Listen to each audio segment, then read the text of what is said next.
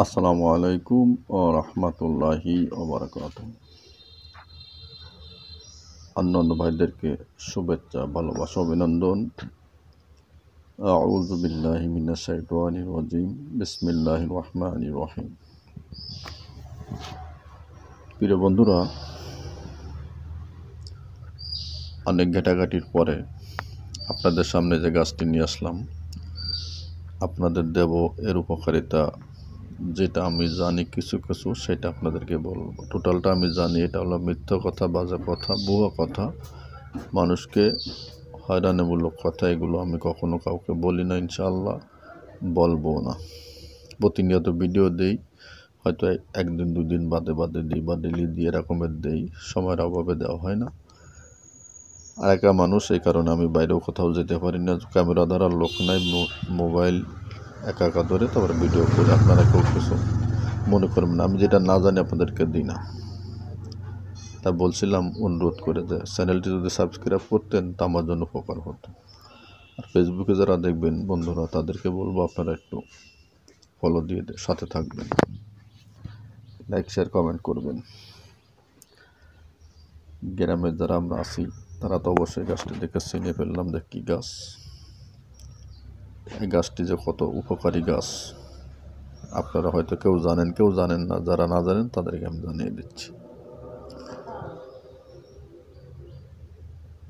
বাড়িতে যাদের হাঁস মুরগি পোষেন, গরু ছাগল বকরি ইত্যাদি যারা পালেন, অনেকের বাড়িতে হাঁস মুরগি গরু ছাগলের হাত পা ভেঙে যায়,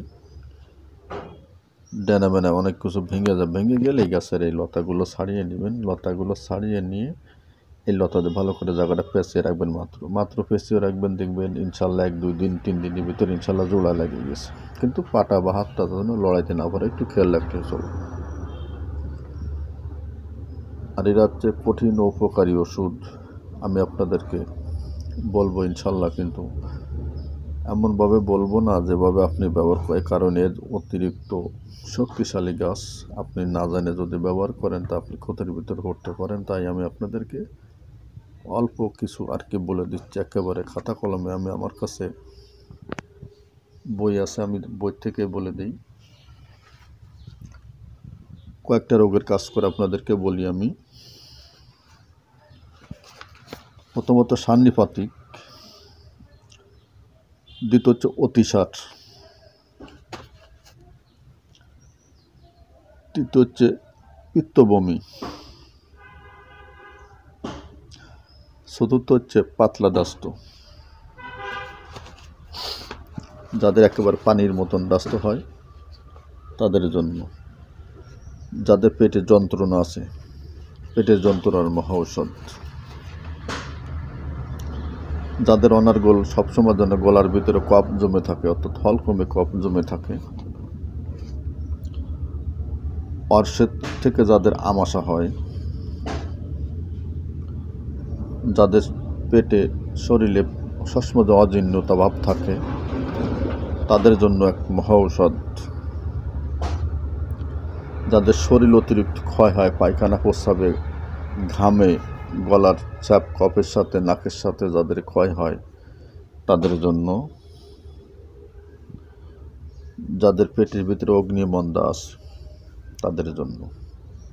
আমি ভিডিওটি লম্বা করব না বন্ধুরা, কেউ আমাকে গালি দিবেন না, কারণ আমি বই থেকে আপনাদেরকে বললাম। কিন্তু আপনাদেরকে আমি ডিটেলস এই কারণে বলবো না, কারণ এই গাছ অতি পাওয়ারি গাছ, যেহেতু আপনারা কেউ বানায় খাইতে যাবেন না। যদি একান্ত খাওয়া প্রয়োজন হয়, ভালো একজন হেকিম বা আয়ুর্বেদিক ডাক্তার আছেন, ওনাদের সাথে কথা বলে ওনাদের পরামর্শ নিয়ে খাবেন। অবশ্যই কেউ যেন ভুল না করেন। কেউ যদি ভুল করেন, বেশি মাতব্বারি করেন, অথবা আছে কিছু লোক আছেন খুব খামখেয়ালি কাজ করেন, যে কী হবে, আপনি পরিমাণ জানেন না, মাপ জানেন না, আপনি খাইলেন, আপনি ক্ষতির ভিতরে পড়লেন। অবশ্যই আমি এবং আমার চ্যানেল কিন্তু কোনো অবস্থাতে দায়ী না। আপনাদেরকে সতর্কতা বললাম, গাছটি না আপনাদেরকে চিনালাম।